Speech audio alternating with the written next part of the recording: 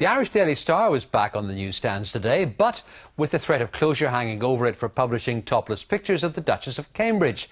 This evening, the paper's editor, Michael O'Kane, was suspended pending an investigation.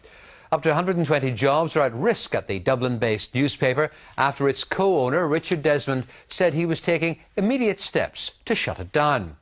It comes as Prince William and Kate launched a criminal complaint in France after a magazine there also printed the photographs. Earlier this evening, I spoke to the media lawyer Paul Tweed and to Seamus Dooley of the National Union of Journalists in Dublin. Paul Tweed, the editor of the Irish Daily Star, says he's just treating Kate like he would any other celeb, like Lady Gaga. He has a point, surely. Well, I would like to ask him if the position was reversed and a British tabloid decided to publish a topless photograph of, say, the former President McAleese, would that be acceptable? Well, Kate is never going to be the Queen of Ireland. Exactly, but he's making the point that the fact that she's not the Queen of Ireland means that she's fair game. My point is that everybody should be entitled to equal respect under the law. There's one law for us all, and the problem is that the editor of the Daily Star just decided to flaunt it. I had an interview with him on last Friday evening, before publication, and it was quite clear from that interview that he intended to publish the photographs the next day. He averred to it during the interview.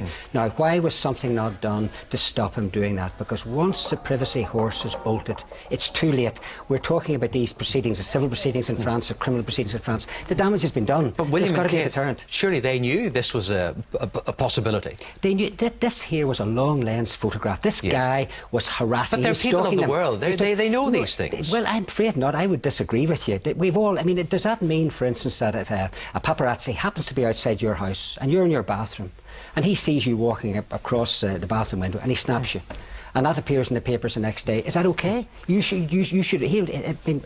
Well, I'm not about to be the next King of England. But or the a future king. editor of the Daily Star told me on Friday that the answer to that is, Paul, you pull your curtains. So we've all got to live in our homes now with curtains pulled. We've got to be very careful what we do. What do they hope that they will achieve by this legal action? This is a whole difficulty. There's very little they can achieve. I mean, if they go, for instance, to the Press Ombudsman in Ireland, he's going to maybe make the Daily Star publish his finding, saying, you've breached our privacy, it's an outrageous breach, it's hopeless. There must be a deterrent before these incidents happen, and this is what is lacking But here. you don't even have to buy a newspaper or a magazine. You can go online and you can see it. Absolutely, and again, but it's back to my point. We've got to deter people from doing this before it happens.